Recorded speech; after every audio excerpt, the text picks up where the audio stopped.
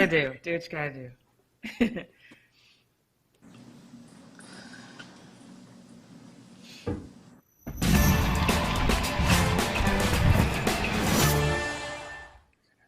Hello, everybody. Welcome back to the Fumble Live. Make sure you subscribe to our channel, tap the bell for notifications, give this video a thumbs up, and leave a comment below. You guys, we are getting into a little bit of a celebration of Kobe and Gigi's life. Today is the year anniversary since we tragically lost them, but we wanted to just spend some time remembering some highlights from Kobe's career and just really honoring his legacy. But before we do that, make sure, I already said, you subscribe to our channel, tap the bell for notifications, give this video a thumbs up. Here's the Fumble Squad. I'm Devyn Howard. You can find me on Instagram as @DevynHoward.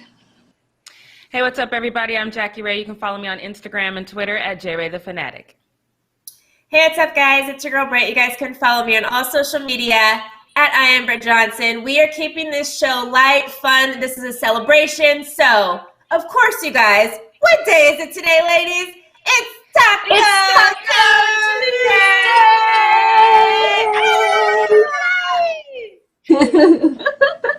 This is Love the first it. Yes, time we've done that, and I actually don't have any taco stuff in the house. Like, I don't know what I'm going to do tonight. I don't have. You better Uber Eats it. On Friday, you can start eating outside again. Right, I know. So exciting. I'm so happy about that LA is opening back up. Hopefully we don't see a major spike in COVID numbers. Like, hopefully people are still able to stay 6 feet apart and be respectful. But I'm so excited to go out to a restaurant, you guys. That's like my ultimate hobby, is going out to eat. I've been so excited that it's been raining and gloomy, but I'm like, okay, rain, go away now. We gotta go dine outside. Right. So go away. Same.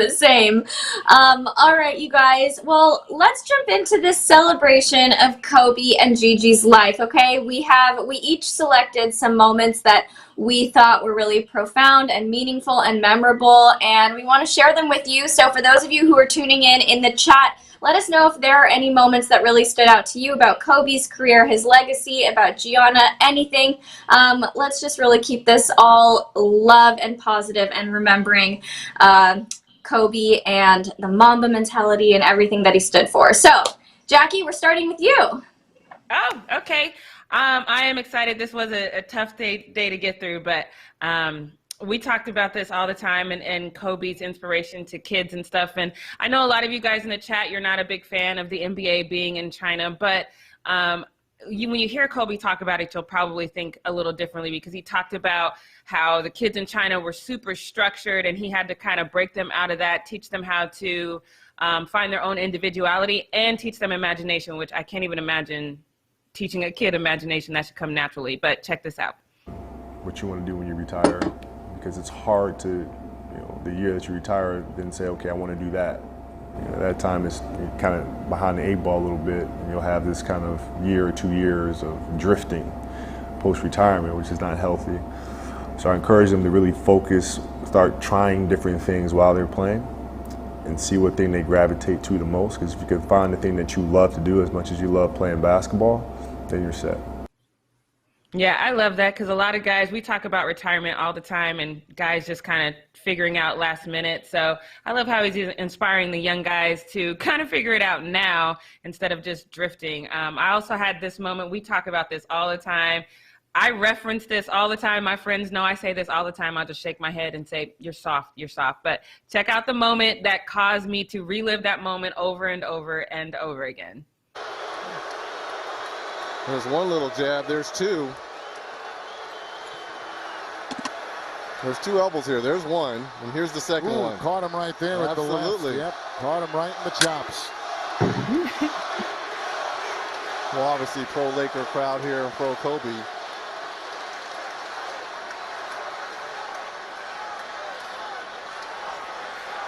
But here's the thing. Of the 5 guys on the floor for the Lakers, Kobe Bryant can't be the toughest guy. He can't be the one doing all the whooping here. I do that all the time. I love that moment. I don't even say it. I just do that to people all the time. I love what Reggie said, though. That moment in time, I will never forget, because I was like, why ain't y'all beating up Dwight? Why does Kobe have to handle this lightweight on his own? I didn't like that at all, but I still love that moment.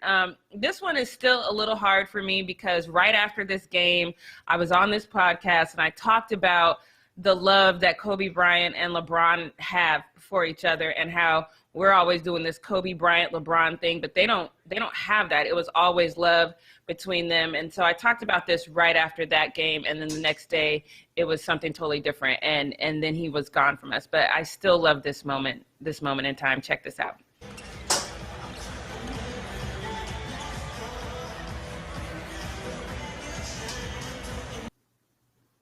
That still kind of gets me because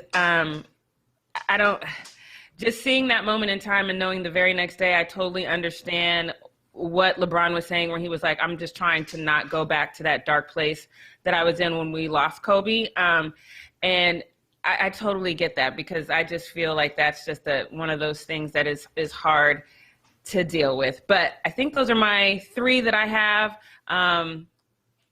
Yeah, I think that's all I have for this one, right? And Yes. thank you from the bottom of my heart. Oh, wait, one more, yes. This one. I forgot about this one, probably on purpose, because this one gets me teary-eyed every time. But because we weren't at this game. We were right outside of Staples Center for this last game and hearing him do that Mamba out. And I'm going to talk a little bit more about the impact of Vanessa Bryant and just hearing him say thank you to her and think about his girls in this moment. It still gets me, but check this out. Describe how I feel about you guys. And thank you from the bottom of my heart. God, I love you guys. And I love you guys. And my family, my wife Vanessa, our daughters Natalia and Gianna, thank you guys for all your sacrifice. For all the hours I spent in the gym working and training. And Vanessa, you holding down the family the way that you have. I can't, there's no way that I can thank you enough for that. So from the bottom of my heart, thank you. And what can I say? Mamba out. Yeah, so I'll never forget that moment. I had to wear 24 in honor of Kobe today because he's always going to be remembered and missed. And I watched his goodbye speech on repeat. It's just such a touching moment. But that's all I got for my memory moments. I wrote in the chat that he was always such a strong public speaker, and I feel like he could say anything and it would sound profound and meaningful.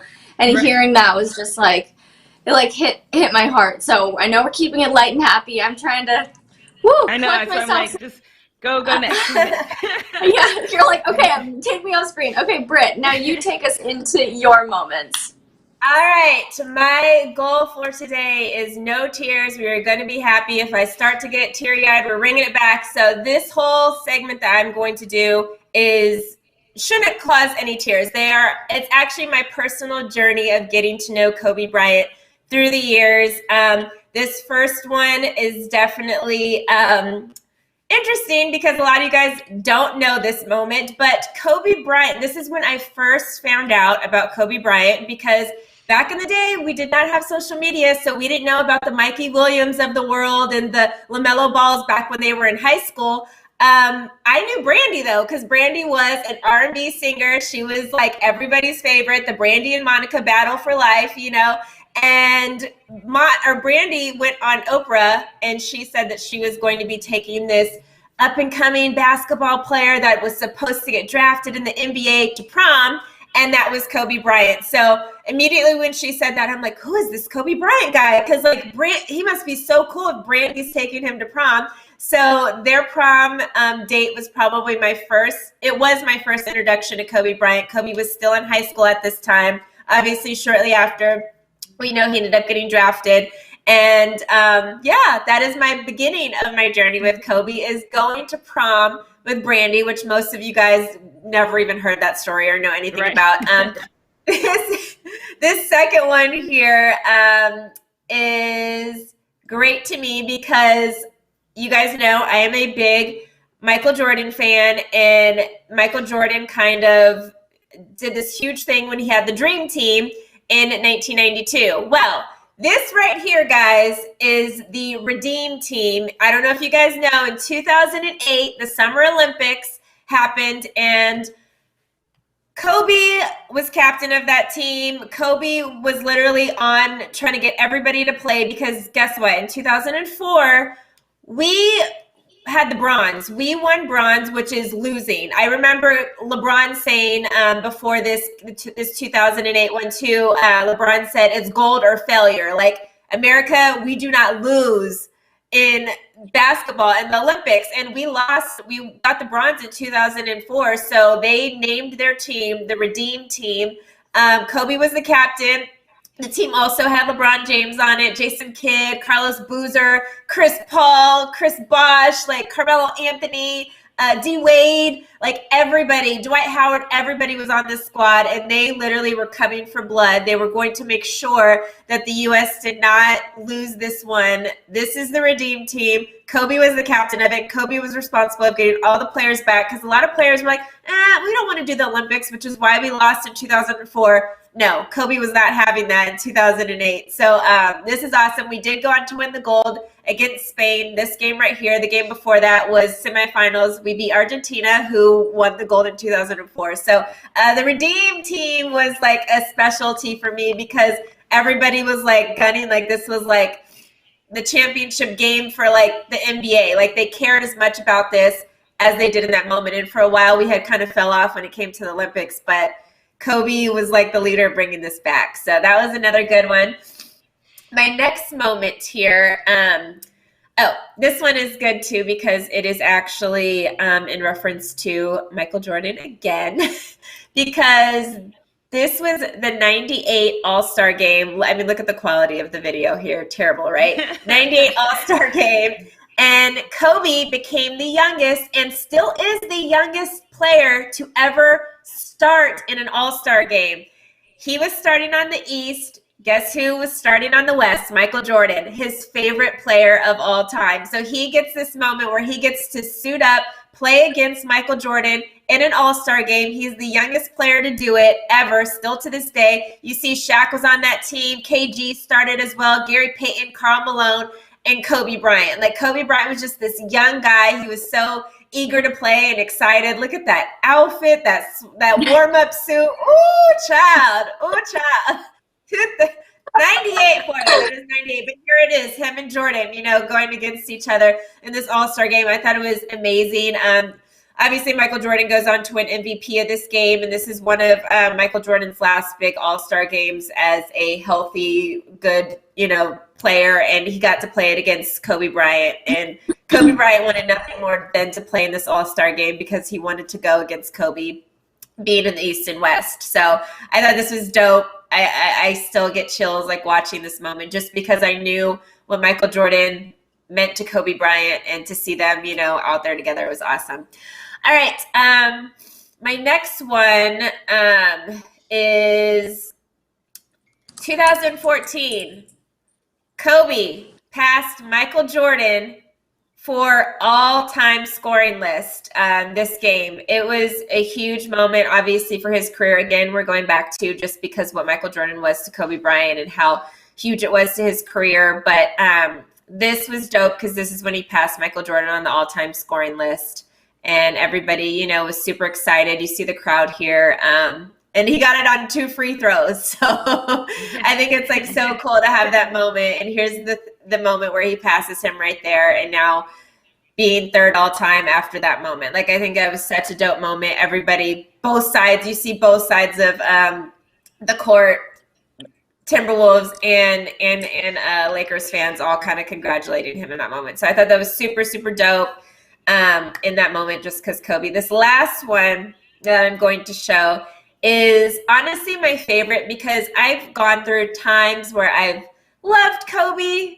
When Kobe was number 8, that was my guy. Like, I'm a number 8 Kobe girl for life. And then when he switched to 24, I wasn't like as big of a Kobe fan anymore. That's when, because my family is Lakers fans, but that was kind of, so I kind of grew up, Lakers fan. Then when Kobe switched to number 4, that's when I was like, I'm going to find my own team. Like, I'm going to do my own thing here. And Corey Maggette was playing for the Clippers. And I was like, you know what? Clippers became the first NBA game I ever went to. So I was like, let me become a Clippers fan. So that is when I became a Clippers fan. I removed my number 8 posters of Kobe Bryant off my wall, and I started doing Clippers stuff. And then Lakers obviously continued to beat my Clippers this whole time. So I was like, okay, maybe that wasn't such a good idea, because now I don't like Kobe every time he plays my Clippers, because he's always going to beat my Clippers. So then I had a love-hate relationship with Kobe Bryant for a while. But then Kobe Bryant decides to retire and then become this like epic of a human being. And this was the moment when I was like, okay, Kobe's my guy again. Let's roll that clip.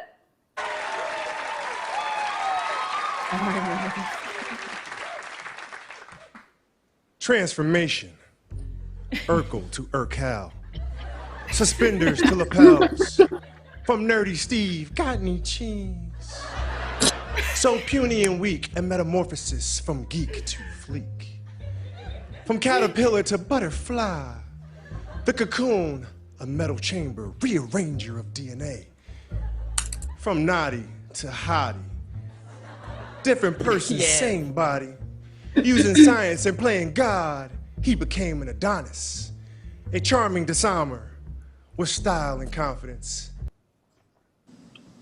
Great. Like when Kobe did that poem on Jimmy, like it was so funny because he did it so well, and it just like classic. That was like, I was just like, now he's a fun guy again, because we know when he was playing basketball, Kobe was not a fun guy. He was not having fun out there. You saw the clips where he was like, this business, you soft, you whatever, like that. Kobe was not the guy like smiling on the court, like giving high fives and, you know, whatever to everybody. So to see this moment after his career where he's like the lighthearted, fun Kobe, and then this is when we got to see a lot of the moments with him and his daughters and stuff, and I loved Kobe again after that. After I didn't have to play him anymore or against him anymore. Right. I Brit, love that moment, that poetry moment. I went to a poetry slam not too long after that, and there was this guy that got up on stage, completely bombed, forgot his entire poem, and then just went into the Kobe. Somehow he remembered the whole Kobe skit, and everyone was like, yes! But I was like, yes! Kobe just literally saved this man.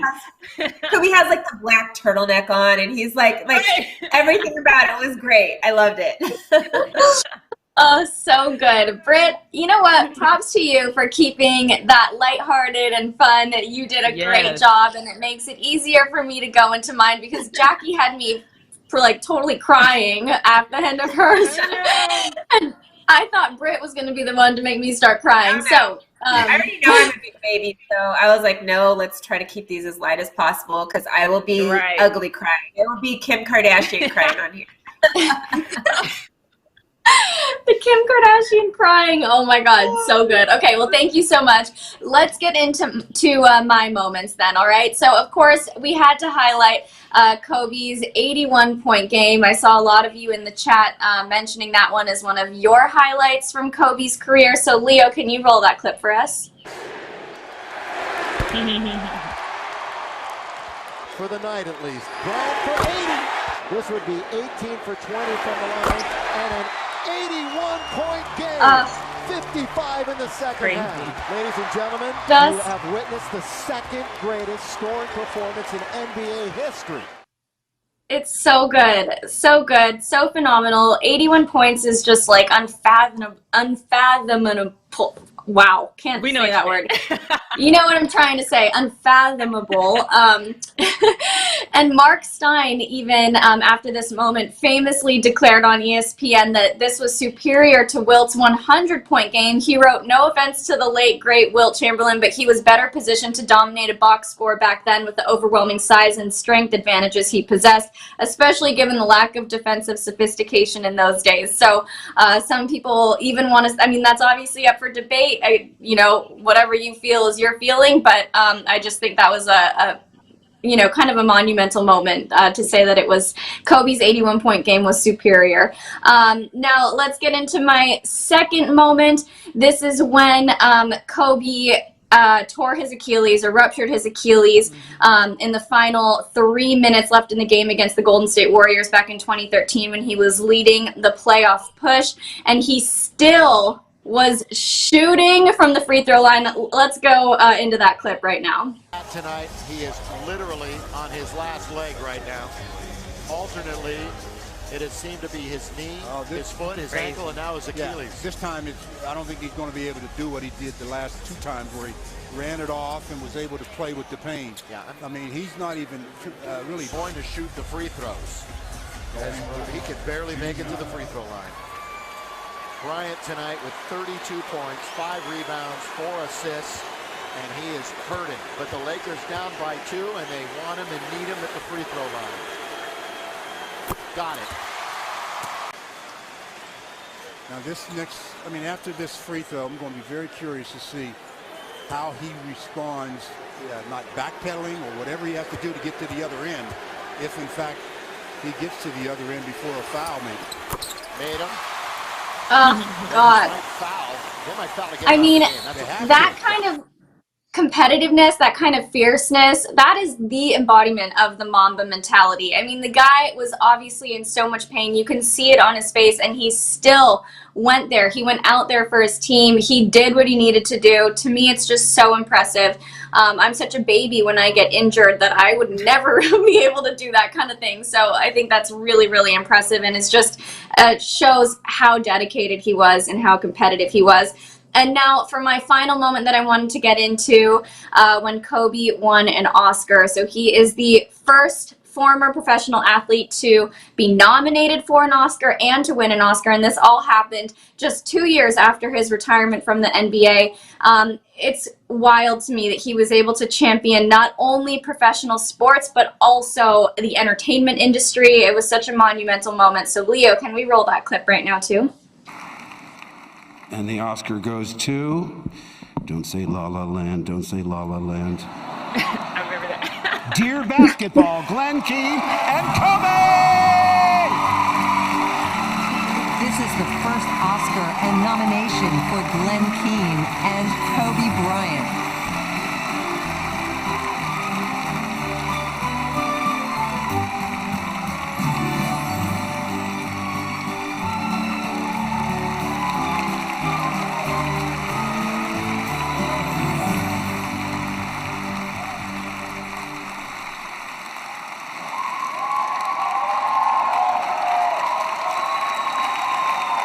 Watch Kobe's face here. Thank you, Academy.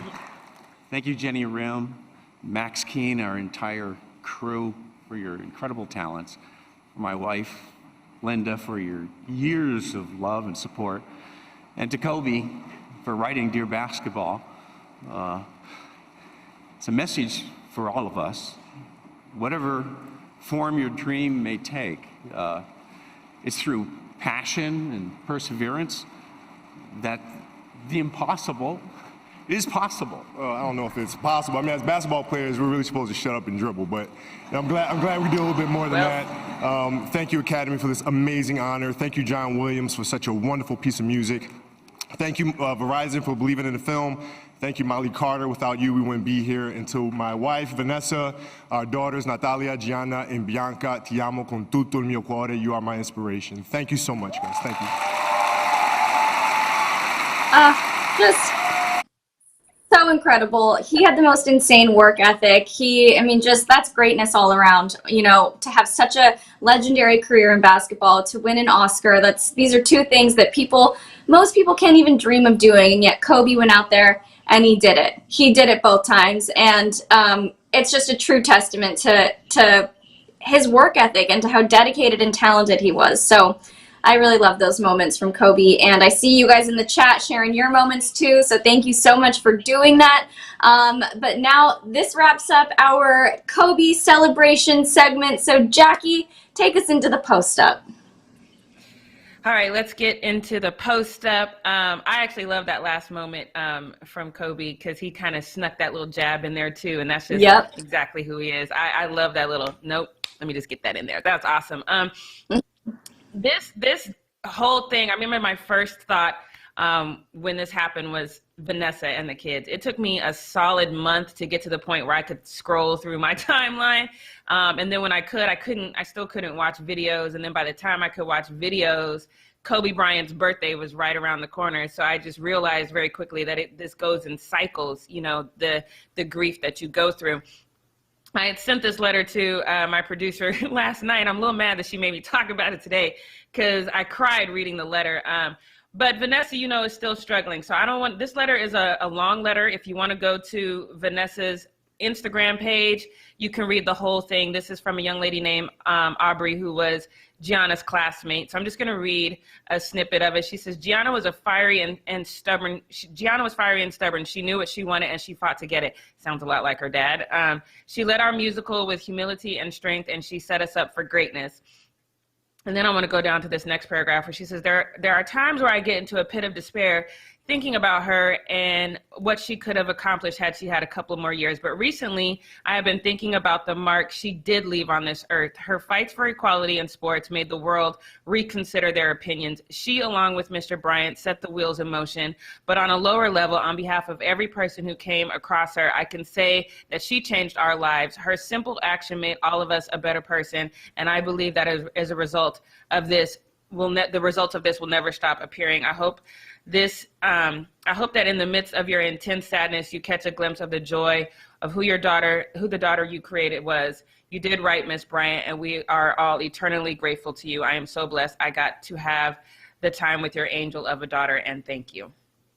That was just an amazing statement. And Vanessa, you know, she's such a classy lady. She posted this, like I said, on our Instagram, and she said, today I received a sweet letter from one of Gianna's best friends, Aubrey. I love you, Obs, as my Gigi will call you. Thank you so much for beautifully sharing some of your memories of my Gigi with me and allowing me to share them here on my IG. My Gigi is incredible, and I truly appreciate your thoughtful letter. She loves you so much. I miss my baby girl and Cobb so much too. I will never understand why this tragedy could have happened to such beautiful, kind, and amazing human beings. It still doesn't seem real. Cobb, we did it right. Gigi, you still make mommy proud. I love you. Hashtag play Gigi's way. Hashtag Mamacita, Mamba, and Daddy's girl and girl dad. I love that. Her strength is just so remarkable to me. I'm so proud of Vanessa, and she's such an inspiration to me. I can't even put that into words. But I do love, like Brit said, keeping things as light as possible, because I know y'all can see I'm struggling. But I love that UConn shared a letter that Gianna wrote to them when they lost in 2017. And they said they were remembering her positive energy shining. She loved being around Huskies, and we love being around her. We miss her. She's forever one of us. And then they shared this letter. That letter, I love that she hand wrote that letter. People don't handwrite anything anymore, but I just love this letter so much. I know you guys probably can't read it, so I'm gonna read it to you. It says, Dear Gino and team, I'm sorry you lost, but it gives you extra time to practice and get better for the next one. Just think, when you think you can't, you con. I love that kind of corny sense of humor. That is so adorable, and it just speaks to her and who she was. And every story that I've heard about Gianna was such a testament of how she could inspire you. Like Aubrey said, she was stubborn, but she was always there to lift you up. Her death hit me hard too, because I was so looking forward to her changing the landscape of the WNBA, and so. Yes, shouts out to her. I'm glad that happened. Last night, LeBron had his second highest scoring game as a Laker, and it's his second highest scoring game. He is now the oldest Laker to score 40 points in a game since Kobe Bryant had his 60-point farewell performance in 2016. And first of all, I think sometimes you guys on the internet, y'all have too much time. But I'm thankful that you guys had this one, because even though the pivot is different, I love that this is an unintentional tribute to Kobe Bryant. Take a look. Y'all see it? The pivot is a little different, but I love that this is one of those unintentional tributes to Kobe Bryant. That was great. I don't think I could have searched the archives to find that. So thank you guys to have all that time on your hand. But LeBron also did another unplanned tribute to Kobe. So I want you guys to see this one. Watch his face when he misses this shot, because his face is a testament to that Mamba mentality. So watch his face after he misses this shot.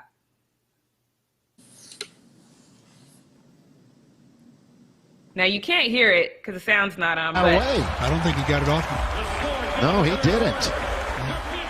Wow, what a third quarter for both teams. I don't think Bad you can for hear the it, Lakers. but if you're wondering who LeBron is looking at, he's looking back at someone from the Cavs front office. I searched high and low to see who that person was. I think I have an idea, but I don't want to be the person to start the rumor, so I'm just not going to say it. But it was somebody from the Cavs head office that was basically heckling LeBron for missing that. And it was that moment in time that he was like, okay, you saw it when he did it. Okay. And then he went to score 21 points in the fourth quarter. So Mamba style. I love that. Shouts out to LeBron and the Lakers for going out there and doing that and beating the Cavs, his old alma mater. So there are a few players that I do think summon that Mamba mentality, maybe not for an entire career. Maybe it's just a game here or there. I think we could say Colin Sexton did it against the Nets. But there's one person that I just don't know if I'm going to put him in that. We put him in a lot of categories, but we don't put him in the Mamba mentality category. But Tristan Thompson, he has an idea that I just don't know. He says that he wants to have his jersey retired in Cleveland. He says, people in Cleveland are genuine, hardworking, tough, gritty MFs. That's how I was when I played. I hope people remember me as that. Hopefully one day my jersey is up in that arena. Now, I will say this.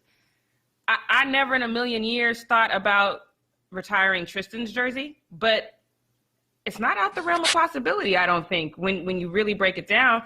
Twitter kind of got after him a little bit. This first tweet, I was like, okay, that's he might have a legit point. He says, but think of every single player to have their jersey retired. Do you think Thompson is as good as the worst player to have their jersey retired?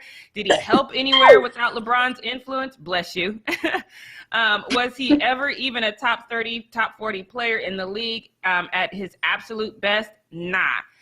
That's a fair statement. However, there are a lot of people that have their jerseys retired, most of whom played before I was alive, that when you look at their stats, maybe their jersey shouldn't be retired either.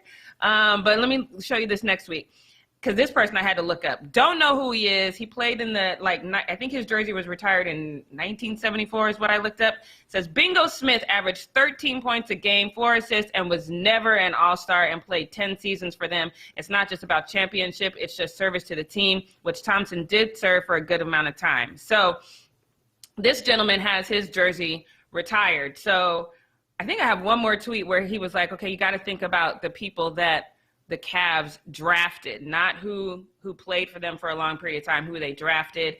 And he was like, Thompson is the best one out of the three, Kyrie, LeBron, and then Tristan. So I'm going to bow out of this race, and I'm not going to say I have an opinion because y'all know how I feel about Tristan. So y'all going to say I'm biased anyway. So I'm just going to go to Brit.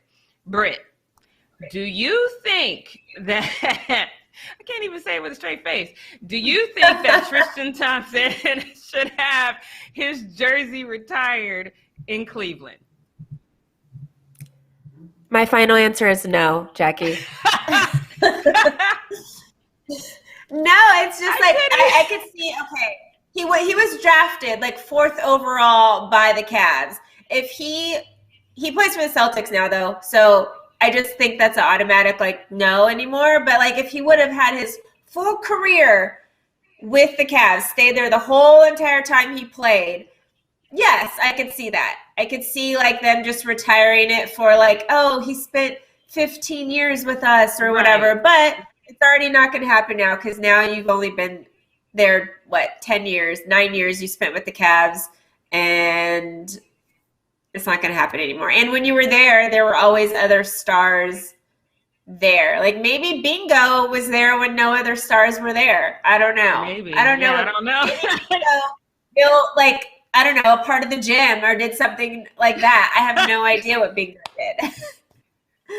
But I think what Brit is saying, Tristan, so if he goes in there and he mops the floors for a year, can we retire his jersey then? Not a year. I need some more gritty work from Tristan Thompson. Yeah. Okay. Maybe he goes back to the Cavs and then he stays there, and then in his whole career he's had if he has 15 seasons with the Cavs, yes, retire his jersey. I just don't know how Tristan's jersey is ever going to get retired when he's out here for everybody. He don't have the time to be that kind of player where his jersey is in that conversation. But that's just me, you know. Michael Jordan's jersey was retired by the Miami Heat, and he's never played for the Miami Heat. Right. But Michael Jordan's different, though, still. Yes. It's Michael Jordan. I get that, even though, like, my brother never played for the team, his jersey, retired. They talk about retiring his jersey across the league all the time. But, Tristan, I need some more energy from you. I need something else.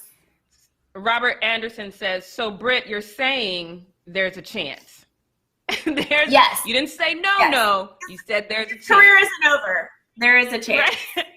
All right. See, look, Brit's out here giving him more than I gave him. I'm just like, nah, we'll retire it in the living room of your house. That's the best I got for you. But so look, let's get to this next one, because this next one I have absolutely no words for, except for I needed this laugh today, and the Oscar goes to Gary Trent Jr. Please take a look at this. Himself. Yeah. Well, you got to sell it. Oh, what is that? Before you get to the flop. Oh, can we play that one more time? Just a full on. This is why you go to acting school, because if you're gonna flop, you gotta time your flop. Yes, it's like, oh, he tripped me. Oh yeah, wait, he tripped me. Now let me fly. You gotta do it at the same time. Your timing is like, look, 2 seconds off. That is hilarious. And just even the commentators are like, well, you gotta sell it. So good try. I love that. Let's get to this next one, because I think this next one is a really happy side for Golden State, because your boy Klay out here, he's proven that he could probably go out there and play with that damn boot on, because he's definitely got handles, and he's definitely still part of the Splash Brothers. He's out there on the sideline. I don't know if we can make it a little bigger, but look at the handles. Just That's doing the most thing he's dribbled in a while, right? No, but like he don't even dribble that much when he's playing in a game. Remember that one game where he only took 4 dribbles the whole entire game and had like 60 points? Yeah, it's like one dribble shoot. It's like, yes. But I just love to see him out there on the sideline. At least he's having some fun. At least he could still shoot. I don't know if y'all saw, he sunk it at the end. But look, I just feel like the Harlem Globetrotters music is playing in his head, because he's going to do this whole around the shoulders, spinning on my finger. I love Klay. This probably just excited me because I love Klay. I actually don't know anybody who doesn't love Klay. We talk about that all the time, but good to see him out there. All right. Let me tell y'all something, because when I talk about putting laughter in there, maybe y'all don't watch enough crime TV as I do, so you don't know how the hand-to-hand drug exchanges go, like on those crime shows. But you guys know, we talked about it yesterday, that Kyrie and Bam were attacked by the COVID police, and they wouldn't let them change jerseys. So Bam and Kyrie clearly got on the phone. They were like, nah, we're going to make that happen this game. We just got to be on the low. We got to be on the hush-hush. So watch this jersey exchange. And Goran. Did you see it? Did you Coach even had see to it? take each of them out to Watch it again. It literally looks like a hand-to-hand. Look, I'm going to get you, got you. Bam. That's how them drug dealers do it. Yep, hand-to-hand. Handshake. Go your separate ways. I love this. You know, they called each other and talked about this. I love this one. That one was fun. Let's go to this next one, because I have been asking a while, like, does Ben Simmons have any fans? I can tell you for sure that Josh Jackson is not a fan. You don't even have to be Devyn level of good at reading lips to see what Josh Jackson called Ben Simmons. So check this one out.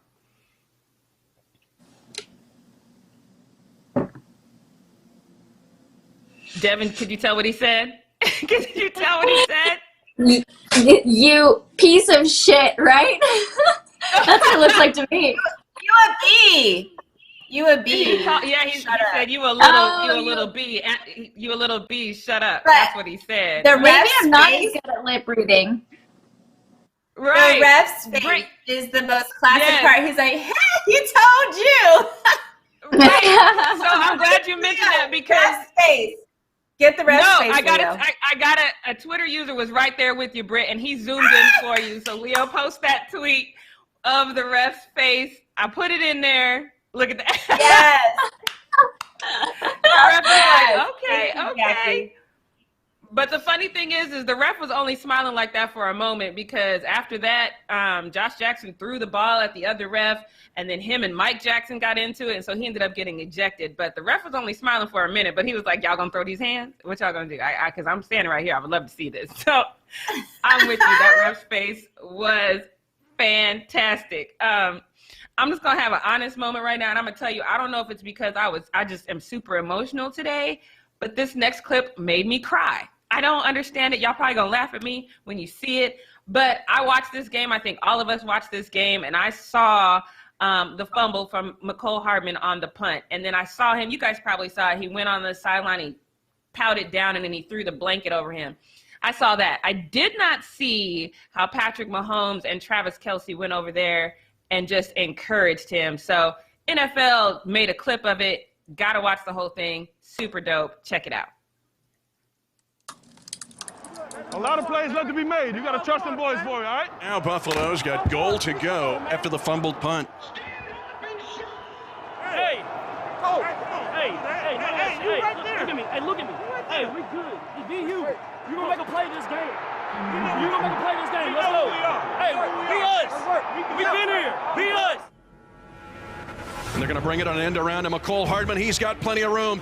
He's at the 25-30. Road gear, 45-50. They block the next guy, 40-35. Andy Reid dials up the jet for 51. They throw it left side to Hardman on a wide receiver screen into the end zone. Touchdown! Helping us to forget about that muff punt. Hey, that's how you handle adversity. You smack it right in the mouth. That literally made me cry when I watched it. Am I just being over emotional today? But I loved seeing Patrick Mahomes and Travis go over to him and be like, no, we're not going to let you hang your head. We're not going to let you be down in this moment. We got you. You with us. I don't know. I had a moment. I don't know. Am I the only one? Brit? No, I understand.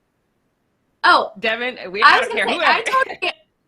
I totally understand that. Yes, maybe this wouldn't have made you like cry or feel emotional on any other day, just because I feel like you do tend to be able to maintain composure really well, Jackie. So it might have been just like the vibes of the day as well. But I understand why this like hit you a little bit, because it hit me too. Yes. It definitely did. Yes. Did we switch? Is there the Illuminati from yesterday got us? We switched because I have no emotion. Like, I would never have cried in that moment. Like, it's not, I don't think anything with football is cute, though. Like, it's not, I don't know. Like, stop crying and get your butt back out there. That happened at the beginning of the game. Like, stop crying. Oh, I'm going to towel over my head and mope by myself and do my Bernie Sanders and just sit like this. Like, stop it.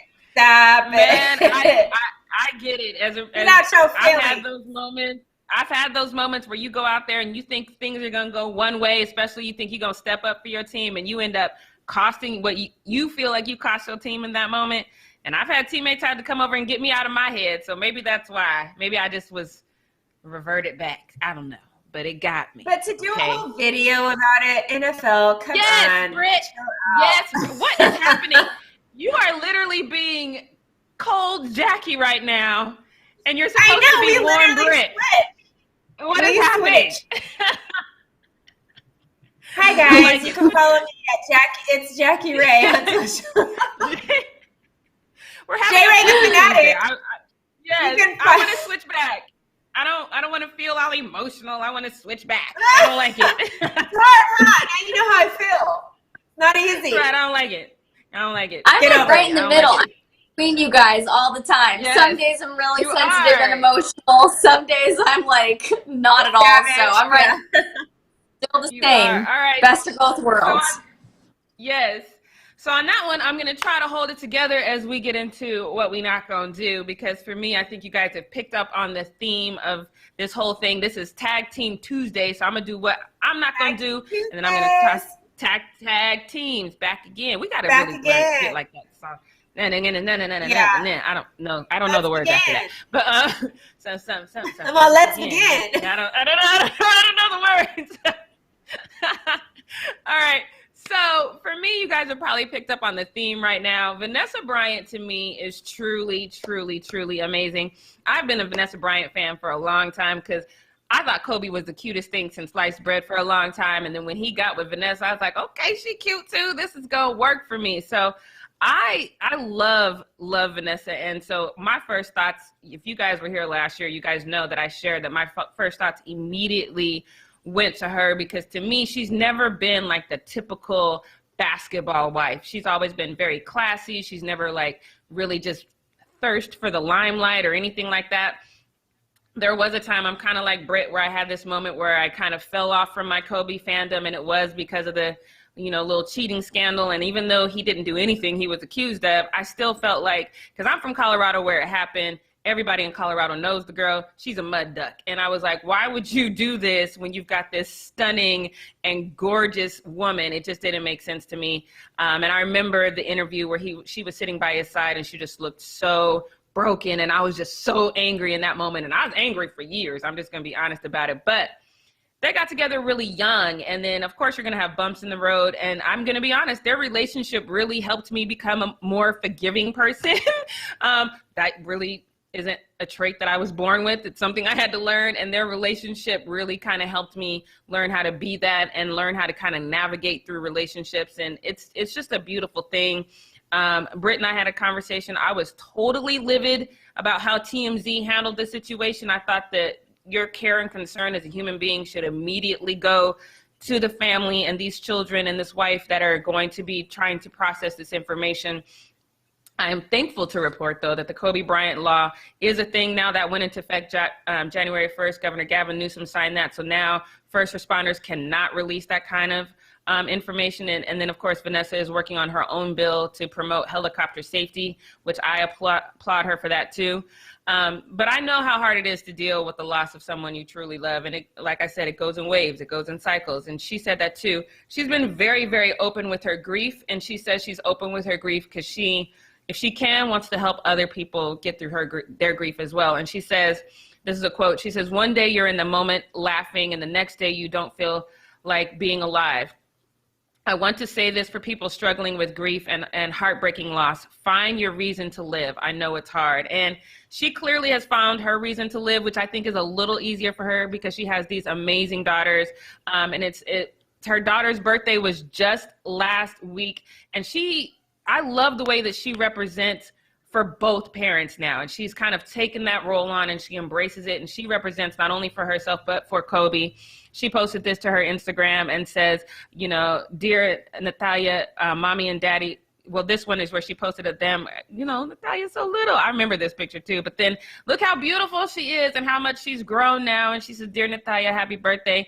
Mommy and daddy are so proud of you, the young lady that you are. And you can go and read the rest of that on her Instagram. But everything that she does, she says, mommy and daddy, Kobe and I, she realizes right now that she has to represent for both parents. I think that's a beautiful thing. I am so, so very proud of Vanessa. She's my personal hero right now because I couldn't imagine. And I'm thankful to her for sharing her journey because I do think it's helping a lot of us. So what we're not going to do is miss out on the amazing person that Vanessa Bryant is. But now it's Tag Team Tuesday. So I'm going to tag in my girl, Brit. How you feel about Vanessa? I think as being like, Natalia was, I was only 13 when my mom died. So like to be in that, and my mom died in a car accident. So it was something that was very sudden, like Kobe Bryant dying in the helicopter crash. So I totally get and understand as a parent, like how you want to make things as normal as possible and just kind of continue to tell your kids that like, your dad is still here and he's still rooting for you and he's still proud of you, like regardless of if he's physically here or not. Like I know that he's here for you and I want to continue to share that with you and have these moments where we can continue to talk about it, and especially their little baby who unfortunately is going to know Kobe kind of like how we know Kobe through pictures and through videos and stuff like that. She's not going to like remember anything about her dad. And so to continue to talk about him and remind the girls that like, it is so your dad is very proud of you. He's watching you. He is rooting for you, and all that kind of stuff is very important, especially for the younger ones who aren't really going to get to remember moments like the oldest did, you know. So I definitely think it's even crazier what she's gone through this year because of not just social media, but who her husband is and everybody mourning. And I remember days after, and like you were talking about earlier, like just as you feel like you're starting to feel normal again and you can watch something without crying, his birthday comes up, or it's the Kobe Day, or it's the, you know, there's so many different things that continue to happen, or when, you know, they're talking about the Hall of Fame and that got pushed back, so that's going to happen sometime this year. So we're going to have to go through a lot of this stuff all over again, which brings me to kind of a message that Vanessa kind of wanted to spread to the NBA and stuff like that. If we can get that tweet up really quick, Leo. And this was posted on social media yesterday. If you notice a lack of official tributes from organizations and the NBA this week for Kobe, it is because his family has asked that teams do not do tributes this year. Totally understand that, because she has been everywhere seeing it. We see it every day, everywhere, and we're like, oh my gosh, like I can't even watch this again. Today I'm like purposely not going on social media because I don't want to see all the Kobe stuff, because I don't want to cry all day. And which is why in this moment on our show today, we tried to do more happy stuff and still be really light, because it's a sad day for a lot of people and nobody needs to cry all day. To what Jackie actually said the tweet earlier, but the second part of it, Jackie already read the first part, so I'm not going to reread that, but she did add, death is guaranteed, but living the rest of the day isn't. Find your reason. And I think that speaks like volumes to just who she is as a person, and just like we kind of have to continue. We know death is going to happen for all of us. None of us are getting out of here alive, and it's very important that we spend every day as if it's our last. Like she said, living the rest of the day is not guaranteed. You know, you don't know if you're going to make it through your day, and to just be in a zone in your life where you're always like moving forward. And we've seen her do a bunch of like awesome things this year, whether it's with foundation stuff that she's been doing, or the bills that Jackie talked about, or even just seeing moments where she is like hanging out. I know she hangs out with like Lala and with Sierra a lot, and their kids are kind of hanging out together and doing all this kind of stuff and going on trips together and stuff. I think that's so dope to see. And I always get really excited when I see her doing like the TikToks with her kids and with her friends, because life does continue after Kobe Bryant. Yes, he's always a part of their life and always like in this, you know, and she's making it very clear like he's always going to be here with us, but now this is our new normal and this is what we have to do. So I get why she doesn't want to be in a moment where she sees, again, all these tributes and all these like things that just kind of like remind you that he's gone, instead of like reminding you to live sometimes in a moment. So a lot of times it kind of makes you take a step back instead of taking steps forward. So I totally get why she's decided to do that. So don't get mad at any NBA teams tonight or in the next couple days for not doing any tributes, because this is something that the family has be done. I just kind of want to open up everybody. What are your guys' thoughts on her saying she didn't want tributes, and just kind of like, you know, what we've learned from Kobe's and how to kind of like, and what we've learned from how Vanessa's kind of cope with it, how moving forward, but still remembering Kobe, but in bright moments where it's a celebration of a birthday and it's Christmas, like Merry Christmas from your mom and dad. We love you guys, in those kind of moments. Devyn, do you want to? Yeah, I love to chime in. I actually think that this was a really good move. Obviously, as we all have seen and experienced today, these Kobe tributes and these moments that we take a look back, while they're so meaningful and I think they're super important, they also make everybody feel really really emotional. And I think that for people who were actually quite close to Kobe, like Vanessa, like his friends, and his former teammates, I think that having to sort of relive every single moment, good and bad, about Kobe and Gianna's life, it just ends up doing a lot more trauma, I guess, than it does like helping or healing. So I do understand this 100%. I think that obviously everybody is honoring Kobe in their own way. The Lakers, they say Mamba on 3. LeBron has tattoos that are constant reminders, and I think that that is doing those things on your own is just as important. Yeah. I think sometimes we forget, because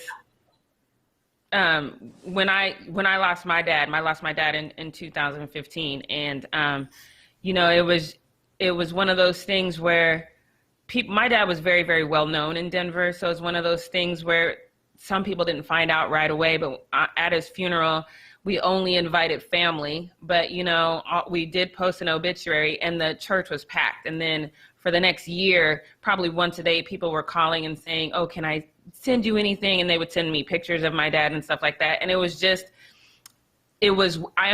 it, and I understood that they were trying to be helpful, but at the same time, I wasn't quite ready to do that.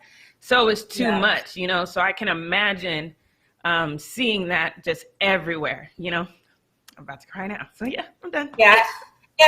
No, and to your point, Jackie, and Devyn, I think what she did was even bigger for everybody else, because imagine these players who are going to be playing these games. They don't want that moment right beforehand where they have to, but they do feel like, okay, well, it is Kobe's whatever. We have to go back to this moment and remember it. And I think she noticed that and realizes that, and is like, I don't want everybody to be like sad and depressed, especially before a game. We're all trying to like continue on with stuff. We all have had our moments where we have memorialized him in whatever way we saw best fit, whether it's a tattoo or writing something or just getting it out however you feel.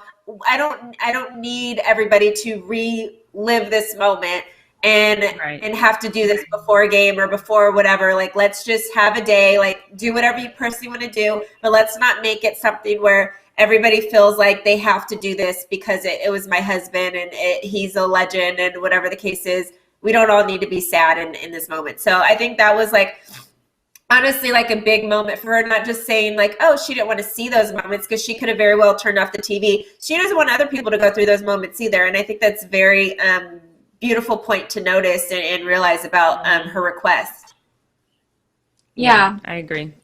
I agree 1000%. I am glad that we were able to walk through and highlight some of our favorite moments of Kobe's career and his life, and do it in a way that left us all feeling, you know, happy, and we celebrated him. So I'm really glad that we were able to do that. But you guys, let's wrap up the show for the day. Make sure you send some love to. I have one question. It's for Brit. Can you be a Laker fan for the rest of this week to honor Kobe? Do they play the Clippers this week? No, they don't. Oh my gosh. I wasn't even a Laker fan when Kobe played for the Lakers. That wasn't my question. You know what? I don't think Kobe would want me to do that. I don't think Kobe would want me to be a bandwagon fan, so I won't. But I wore purple today. Today is the day. I wore my purple. I supported. I talked about that one moment when I was a Lakers fan when Kobe was number 8. And I'm going to take the rest of it to the grave. I'm never going to mention that moment again. Because then people are going to be like, you used to be a Lakers fan. It was a solid effort, Jackie. It was a solid effort. I appreciate it. I had to put it You out got there. me. I had to. I got you, girl. Thank you, girl. She tried it. I ain't soft. Like Kobe said, I ain't going to be soft. I ain't going to be soft. Kobe wouldn't want me to. I know. All right, you guys, let's close out the show for the day. Send some love to Vanessa and her children and Kobe's friends and family and former teammates in the chat and in the comments section. And subscribe to our channel, tap the bell for notifications, give this video a thumbs up, and leave a comment below. Wash your hands, wear a mask. Mamba out, you guys. Bye, everyone. Mamba out. Good job. joke. It's a joke.